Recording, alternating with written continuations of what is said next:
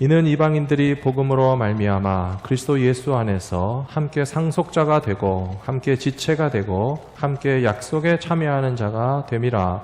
이 복음을 위하여 그의 능력이 역사하시는 대로 내게 주신 하나님의 은혜의 선물을 따라 내가 일꾼이 되었노라.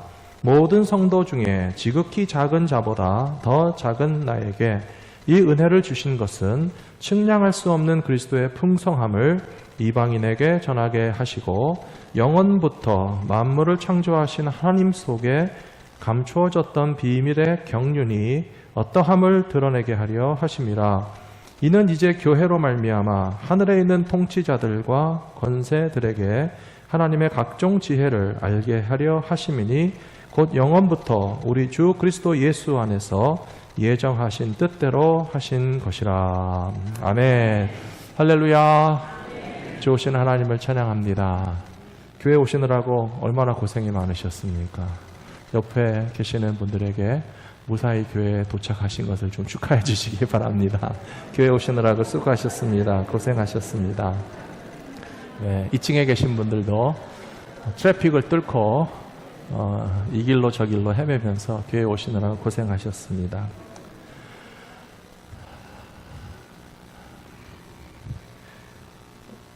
우리가 이렇게 교회에 나올 수 있도록 애쓰고 수고한 것도 참 잘하신 일이지만요, 또 다른 한편에 생각하면 우리의 힘과 의지로 나온 것이 아니고 하나님께서 우리에게 믿음을 주시고 건강을 주시고 교회 나오고 싶어도 나올 수 없는 사정과 형편에 있으신 분들도 있는데, 우리는 마음만 먹으면 암만 먼 길을 돌고 돌아서라도 교회에 올 수 있다는 것이 또 얼마나 다행한 일이고 감사한 일입니까?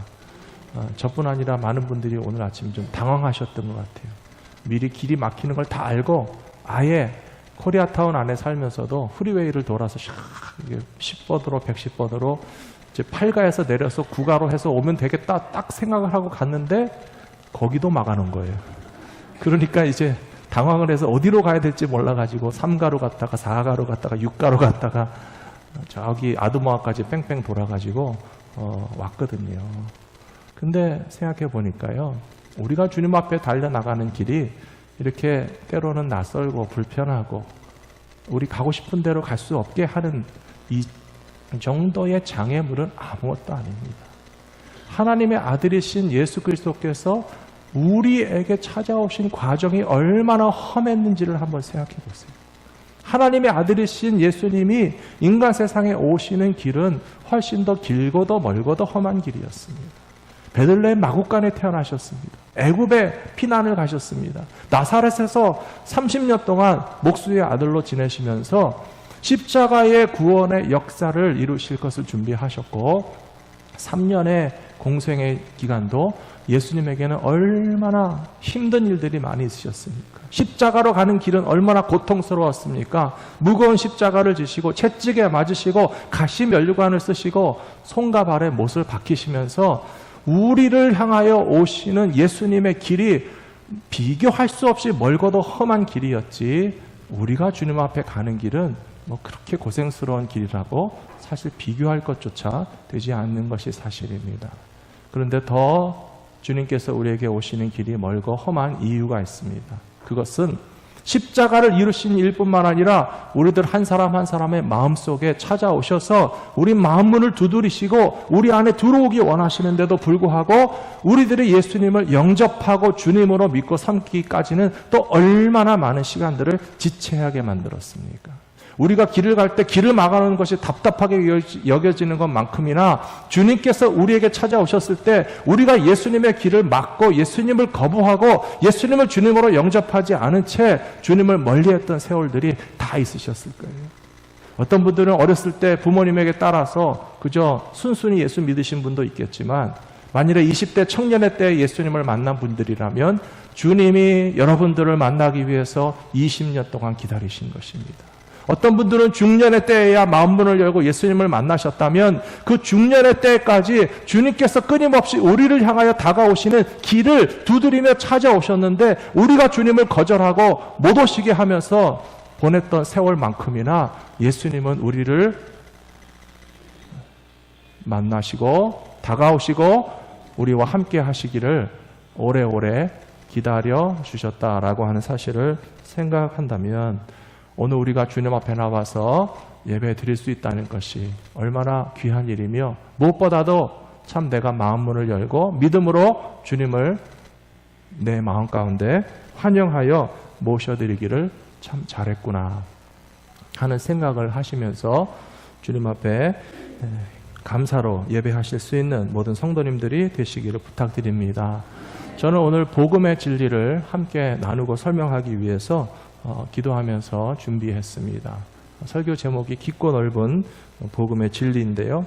오늘 에베소서 3장 말씀 가운데 읽지 않은 본문 이후에 나오는 부분이지만 19절에 보시면 그 너비와 길이와 높이와 깊이가 어떠함을 깨달아 하나님의 모든 충만하신 것으로 너희에게 충만하기를 구하노라. 사도 바울이 그렇게 이야기하고 있거든요. 복음의 진리가 얼마나 크고 깊고 넓고 한량없는 것인지 한번 상상해 보시면서 오늘 그 복음의 진리를 우리가 한번 깨달아 볼 수 있는 은혜의 시간이 되었으면 좋겠습니다. LA 사시는 분들은 롱비치에 가면 퀸 메리호라고 하는 폐역한 여객선이 정박되어 있는 것을 보셨을 거예요.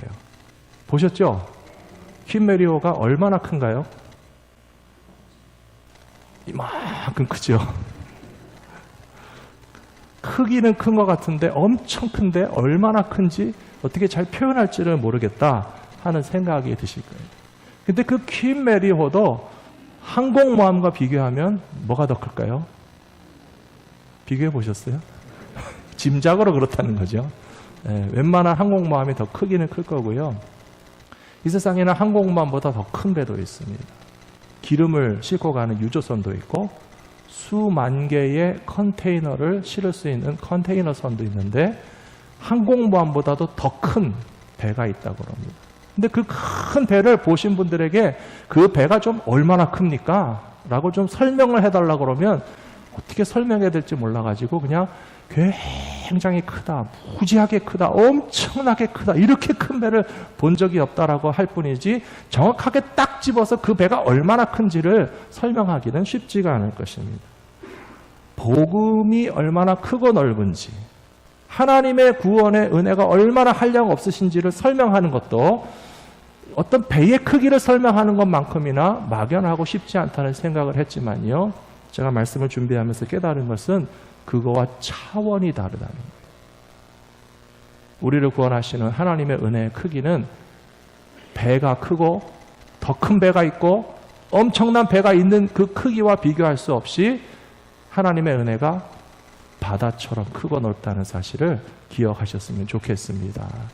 바다에 수많은 배들이 떠 있는데 그 수많은 배들을 다 품을 수 있고 담을 수 있고 마음껏 다닐 수 있을 만큼이나 복음의 진리가 넓고 큰 것에 대하여 오늘 사도 바울이 쓴 편지를 통해서 우리가 조금 배울 수 있고 이해할 수 있다면 참 좋겠습니다. 첫 번째로 복음의 진리가 깊고 넓은 것은 이방인들과 유대인들에게 차별함이 없기 때문에 복음의 진리는 크고 넓다라고 말씀드릴 수가 있겠습니다. 오늘 에베소서 3장에 있는 말씀을 읽었습니다. 시간을 절약하기 위해서 1절부터 5절까지 읽지 않았지만 성경책 있는 분들은 펼쳐서 보시면 좋겠어요. 1절부터 본문으로 읽은 6절까지의 내용 가운데서 중요한 단어가 두 가지가 나옵니다.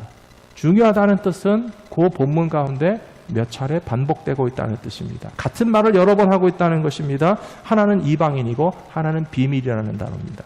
1절에 보시면 그리스도 예수의 일로 너희 이방인을 위해서 갇힌 자 된 나 바울이 말하거니와, 이방인에게 편지 썼다고 그랬죠.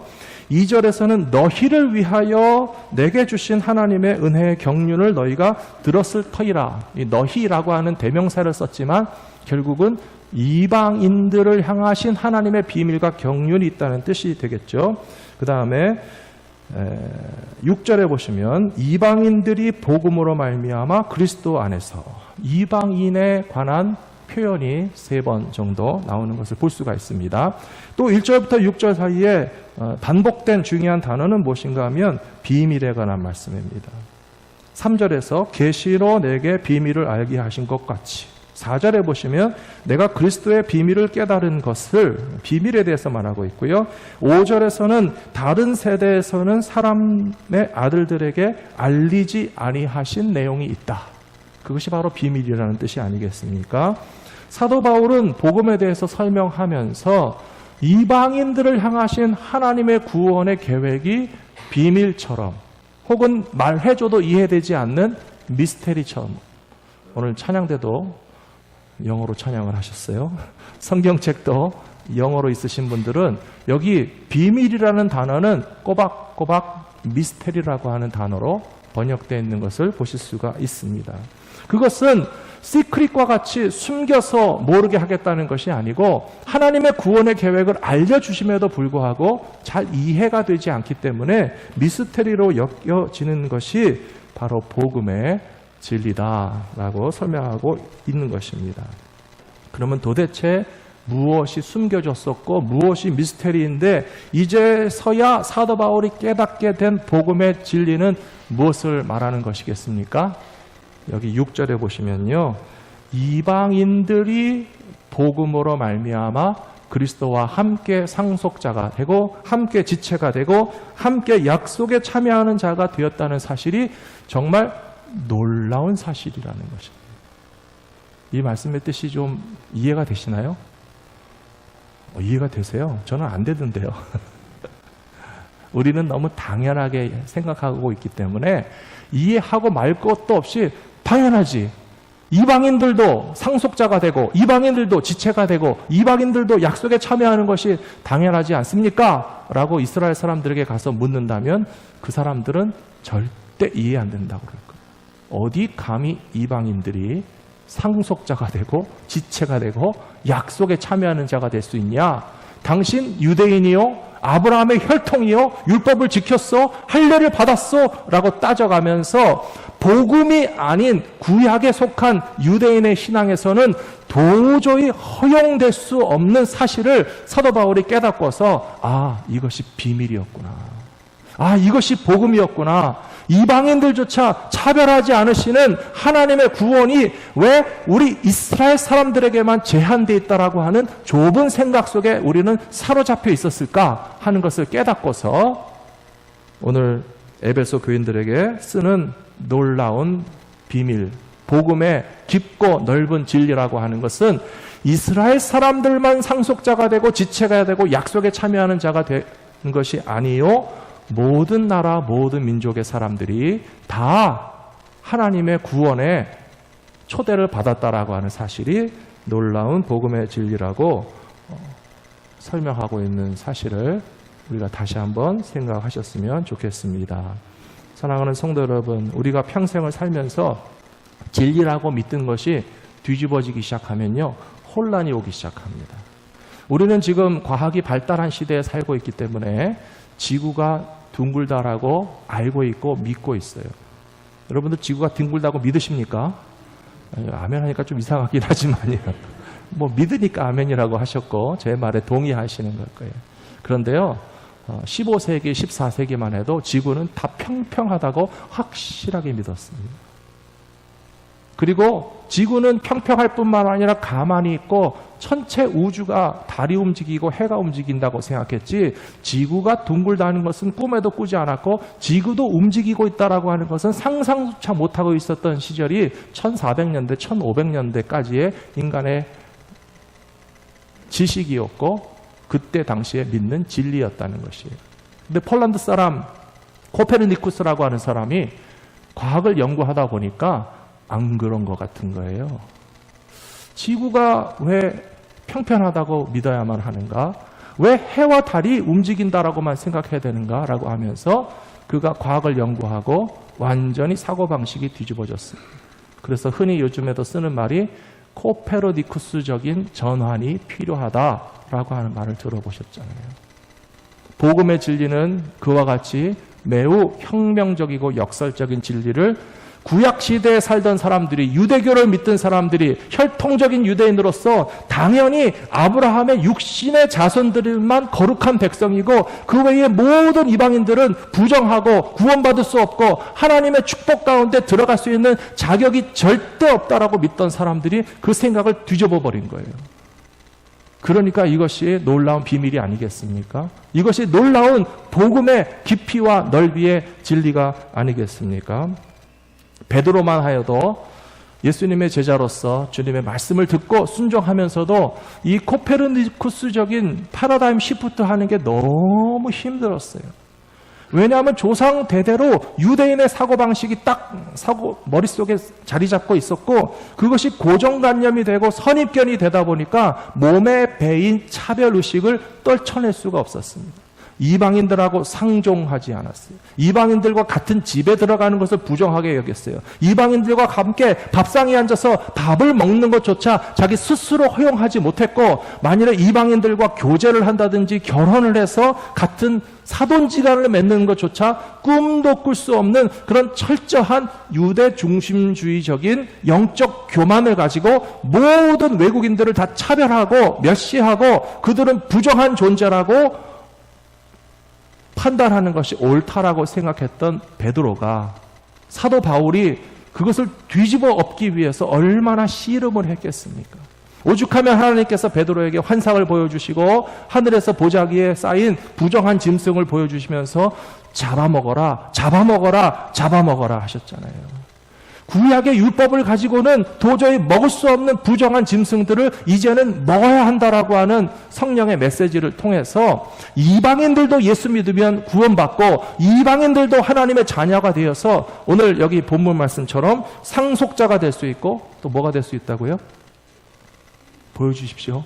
지체가 될 수 있고 그 다음에 약속을 받을 수 있게 되었다라고 하는 이 3장 6절 한 구절의 말씀은요, 복음의 크기가 얼마나 깊고 넓은 것인지에 대해서 굉장히 함축적인 의미를 말해주고 있는 본문이라고 이해하시면 되겠습니다. 그래서 이 복음의 진리를 깨달은 사도 바울은 로마서 1장 16절에서 나는 복음을 부끄러워하지 않습니다 라고 고백하고 있습니다. 사도 바울이 복음을 부끄러워하지 않는다는 것은 역설적으로 말한 것이지만 사실은 굉장히 자랑스럽게 생각한다는 것입니다. 그리고 이 복음에 대해서 선전하고 광고하고 자랑하고 더 많이 알리지 않고는 참을 수 없는 놀라운 복음의 풍성한 진리를 깨달았는데 왜냐하면 이 복음이란 유대인과 이방인들을 차별하는 것이 아니고 이 복음은 모든 믿는 자에게 구원을 주시는 하나님의 능력이 되기 때문에 나는 이 복음을 자랑하면서 유대인들도 헬라인들도 모든 나라 모든 민족의 사람들에게 구원과 용서의 은혜를 베풀어 주시는 하나님의 크신 사랑을 확실히 믿는 것이 복음의 진리라고 설명해 주고 있다는 사실을 저와 여러분들이 기억해 주시기를 부탁합니다. 사랑하는 성도 여러분, 예전부터 들어온 이야기인데요. 천국에 가면 3번 놀란단 말이 있어요. 왜 놀라는지 아세요? 천국에 갔더니 야, 이 사람은 절대 오지 않을 것 같은데 왔네 하면서 놀란다는 거예요. 우리 생각에 분명히 그런 사람이 있죠. 야, 이 사람은 절대 천국에서는 안 만날 줄 알았는데 천국에서 만나게 되니까 당황할 수 있을 거예요. 두 번째로 놀라는 이유는요. 이 사람은 진짜 꼭 올 줄 알았는데 천국에서 암만 찾아도 찾을 수가 없어가지고 놀란다는 말이 있고요. 그 다음에 천국 가서 진짜 놀라는 이유는요. 아, 나도 왔구나 하면서 놀란다는 거예요.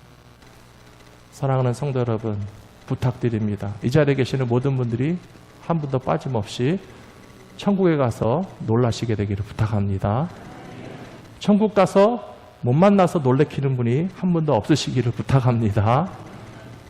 하나님의 구원은요, 우리가 생각할 때 저런 사람은 절대 구원 못 받아 라고 우리가 제안하는 것이 옳지 않다는 것입니다. 아무리 크고 흉악한 죄인이라 할지라도 언제 하나님의 은혜와 사랑을 깨닫고 회개해서 구원받게 될지 알지 못하는데 우리가 어떻게 판단할 수 있겠습니까? 두 번째로 복음의 진리는 하나님의 은혜로서 측량할 수 없는 풍성함이 있다는 사실을 우리가 깨달아야 됩니다. 오늘 본문 말씀 3장 8절 말씀을 같이 한번 읽어보겠습니다. 모든 성도 중에 지극히 작은 자보다 더 작은 나에게 이 은혜를 주신 것은 측량할 수 없는 그리스도의 풍성함을 이방인에게 전하게 하시고, 이 말씀에서도 사도 바울은 굉장히 자기 자신을 작은 존재로 겸손하게 표현하고 있습니다. 뭐라 그랬습니까? 모든 성도 중에서 지극히 작은 자보다도 나는 더 하잘것없는 존재입니다 라고 표현하고 있어요.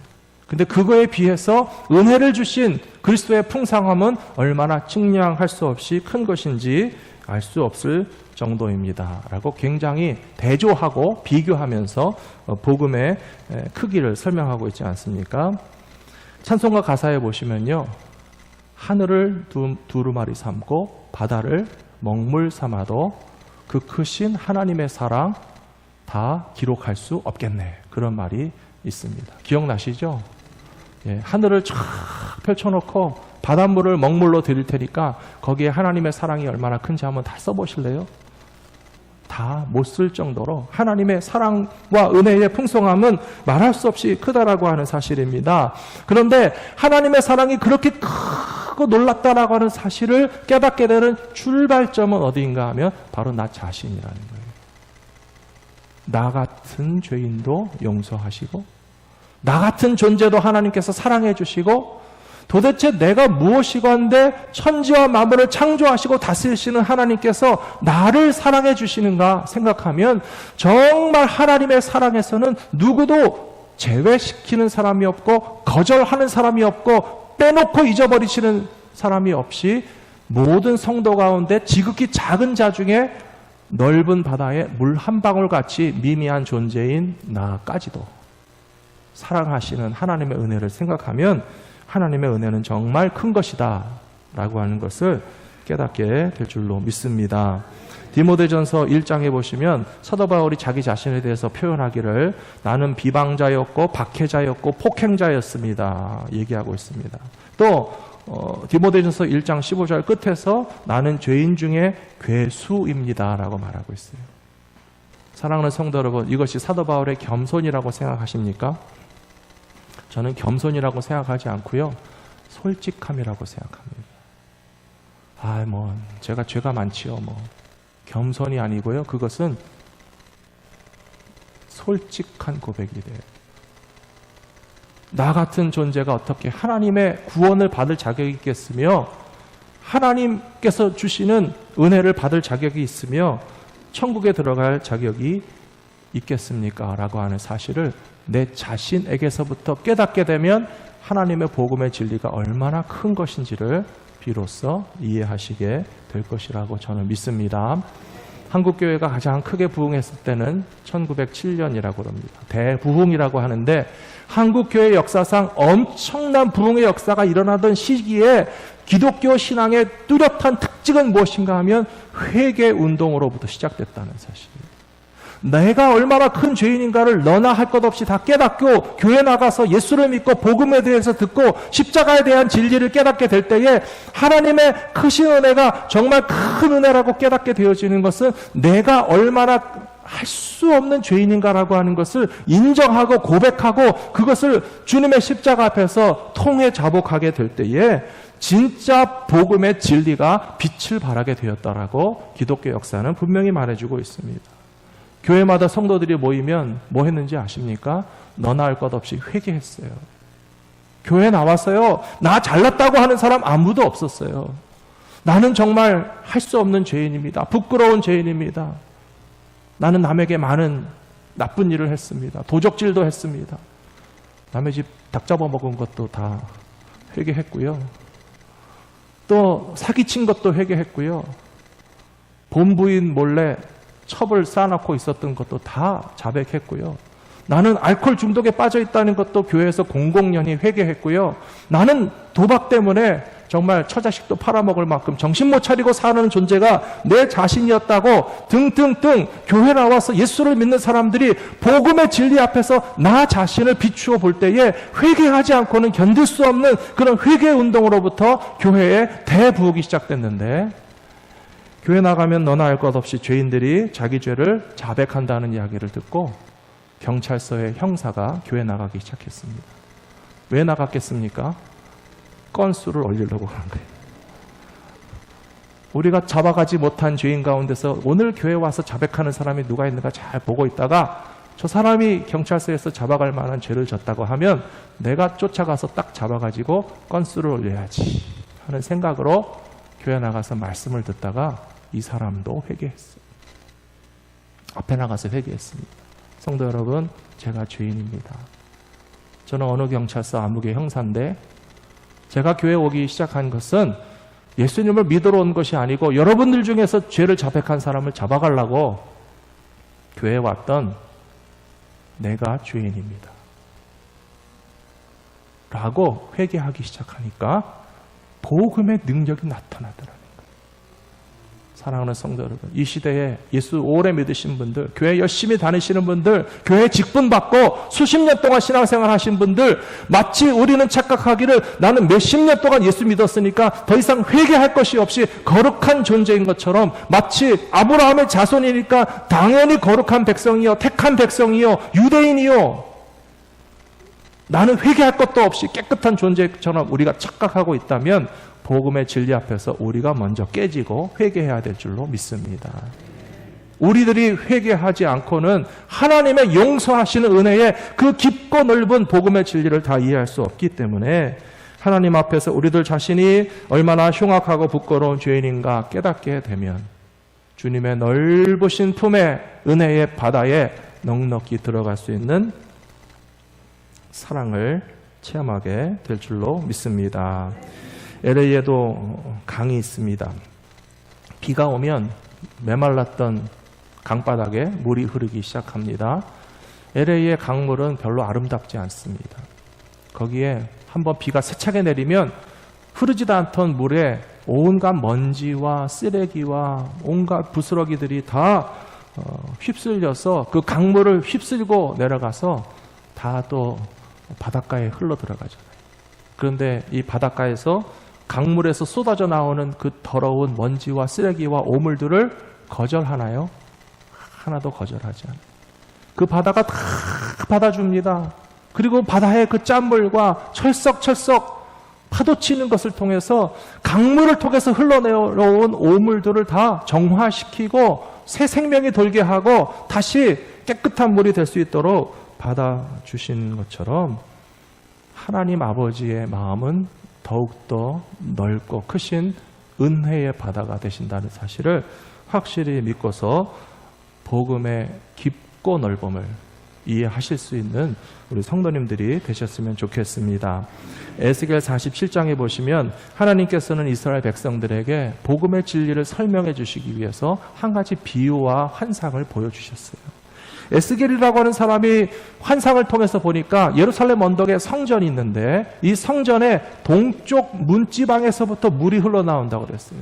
여러분들 집을 생각해 보시고 우리 집 문지방에서 물이 흘러나오기 시작하면 큰일 나죠. 그러나 이것은 환상이고 비전이기 때문에 상징적으로 이해하시면 됩니다.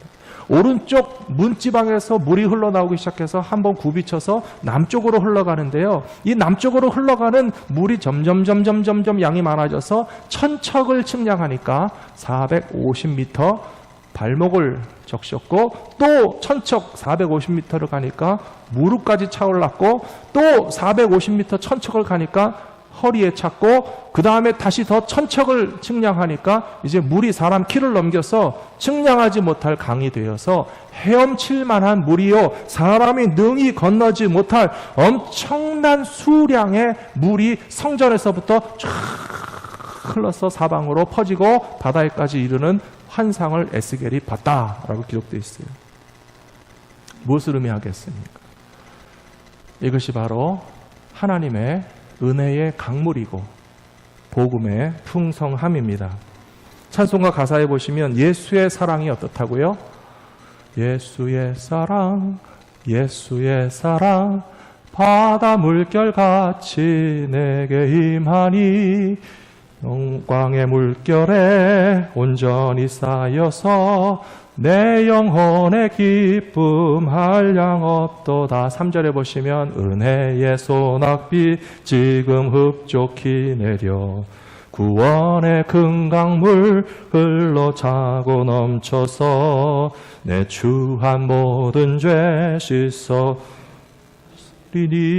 나 지금 은혜를 충만하게 받았네.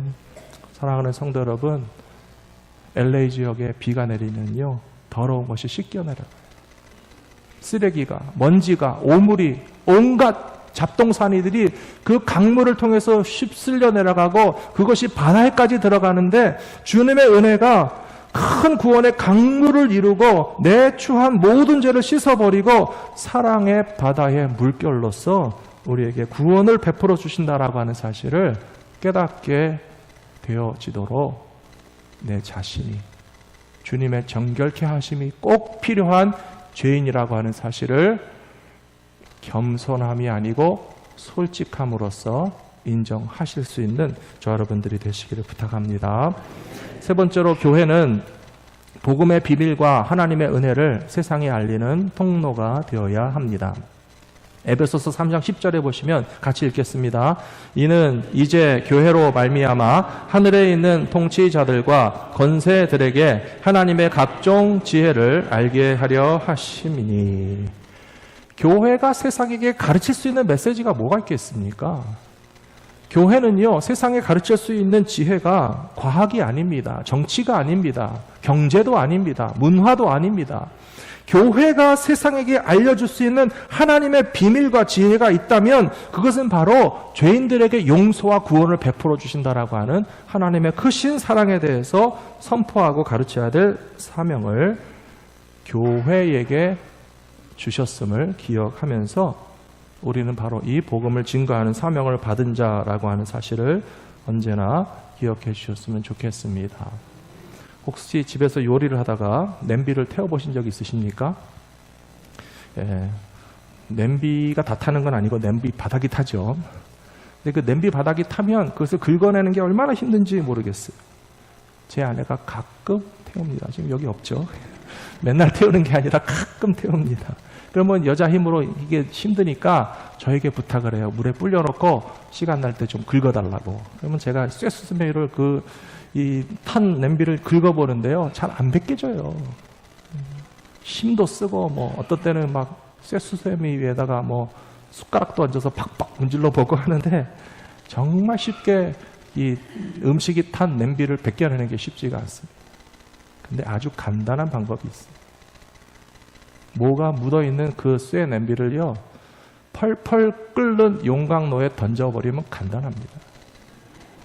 1500도에 이르는 쇠 용광로에는요, 거기에 고철이 들어가고요. 반드시 고철이 있어야 돼요. 그리고 그 철광석 원석이 들어가고 그 밖에 기타 등등 무슨 이 믹스가 들어간다고 하는데요. 쇠를 녹이는 용광로의 온도가 1500도에 이르기 때문에 일단 1500도 이하에서 타서 없어지는 불순물들은 다 사라지고요. 1500도가 돼도 타지 않는 광물질들은 쇠와 분리가 되기 때문에 그 쇠물과 분리된 그 불순물들을 걷어내고 나면 녹아있는 순수한 쇳물을 가지고 깨끗한 쇠를 얻을 수 있다는 거예요. 그렇다고 해서 냄비가 탈 때마다 다 용광로에 집어넣을 수는 없지만, 사랑하는 성도 여러분, 저는 우리들의 죄악에 대해서 말씀드리는 거예요. 바닥이 눌어붙어 있는 쇠 냄비를 박박 긁듯이 내 인생 가운데 오염되어 있는 죄를 긁어내기 위해서 발버둥 쳐 보셨느냐는 거예요. 우리 안에 있는 죄악을 씻어내기 위해서 비누로 씻어도 소용없고 때를 밀어도 소용없고 쇠수세미로 긁어내려고 해도 우리 안에 얼룩진 죄를 벗겨낼 수가 없는 것이 인간의 존재라고 하는 것입니다. 그래서 어떤 사람들은 선행을 하기도 하고 도덕적으로 살기도 하고 여러 가지 세상에서 좀 다른 사람들에게 우아한 방법으로서 나의 존재 가치를 포장하고 꾸며보려고 하지만, 그러나 죄악이라고 하는 얼룩이 묻어있는 쇳덩어리와 같은 나의 존재는 조금 더 변할 수가 없습니다. 예수 그리스도의 사랑이라고 하는 용광로에 들어가야 됩니다. 하나님의 은혜라고 하는 용광로 속에 던져지면 얼룩지고 더럽혀져서 도저히 내 힘으로 인간의 방법으로 깨끗게 벗겨낼 수 없는 우리 인생 가운데 얼룩진 죄악들이 불로써 태워지고 불순물은 제거되고 하나님께서 창조하신 본래의 깨끗한 모습으로 거듭나는 비결은 바로 복음의 용광로밖에 없다는 사실을 확실히 믿으시기 바랍니다. 그래서 하나님의 은혜를 의지해야 되는 것이고 주님의 십자가의 권세가 놀라운 것입니다.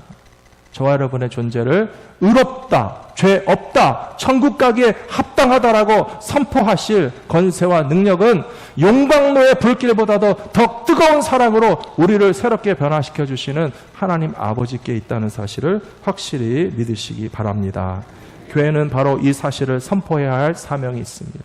사마리아 수가성 여인에게 예수님께서 말씀하셨습니다. 그 물을 암만 마셔도 목마름이 채워지지 않지 않느냐. 내가 너에게 주는 물을 마시면 목마름이 없어질 것이다. 나를 믿는 자는 그 배에서 생수의 강이 흘러나리라 라고 말씀하신 것을 기억하면서 복음의 진리는 얼마나 크고 얼마나 넓고 얼마나 엄청난 것인지 수많은 배들이 떠다닐 수 있는 바다처럼 넓고 온갖 더러운 오염물질들을 끌어안아주는 바다처럼 자비로우시고 우리의 모든 죄악을 다 불로 태우시고 깨끗게 씻어주시기에 넉넉한 용광로 불길과 같은 하나님의 은혜 가운데 내 자신의 존재를 맡겨 드리실 수 있는 모든 성도들이 다 되시기를 주의 이름으로 축원합니다. 기도하겠습니다. 자비로우신 아버지 하나님, 오늘 우리가 교회 올 때 무척 힘든 길을 돌고 돌아서 찾아왔습니다. 그러나 주님께서 우리를 찾아오신 길이 훨씬 더 멀고 험하고 오래 기다리시며 우리를 향하여 한없는 자비와 인내로서 사랑을 베풀어 주신 그런 복음의 길이었던 것을 기억합니다. 주님을 만날 수 있도록 인도하여 주셔서 감사합니다. 하나님의 은혜가 얼마나 큰지를 깨닫기 이전에 나는 얼마나 할 수 없는 죄인이고 부끄러운 존재이며 내 스스로 나의 죄악과 허물과 모든 부정한 것들을 깨끗이 벗겨낼 수 있는 능력이 없는 존재인가 하는 것을 깨닫게 하여 주시옵소서. 주님, 우리가 변하여 새 사람 되기를 원합니다. 우리가 하나님 보시기에 의롭다라고 하는 선포를 듣기를 원합니다. 우리가 다 천국 가기 원합니다. 죄 가운데 멸망하는 존재가 아니라 하나님의 용서와 구원의 은혜를 덧입을 수 있는 자가 되기를 원합니다. 우리를 새롭게 하여 주시옵소서. 예수님의 십자가의 보혈의 능력이 있는 줄로 믿습니다. 예수 이름 외에는 하나님 앞에 설 수 있는 자가 누가 있겠습니까? 나를 위하여 십자가 위에서 죽으시고 나를 위하여 대신 채찍에 맞으시고 나를 위하여 대신 심판과 저주와 멸망과 죽음까지 맛보신 예수 그리스도를 믿는 믿음만이 우리를 용서와 구원 가운데로 인도하시는 능력이 있는 것을 확실히 믿게 하여 주셔서 주님의 십자가 앞에서 우리를 새롭게 하시는 하나님의 놀랍고 크신 은혜를 확실히 깨닫게 하여 주시옵소서. 또한 이 기쁜 소식을 주님 다시 오시는 날까지 전파하며 살아갈 수 있는 복음의 증인들이 다 될 수 있도록 우리를 인도하여 주시옵소서. 우리 주 예수 그리스도 이름으로 간절히 기도 올리옵나이다. 아멘.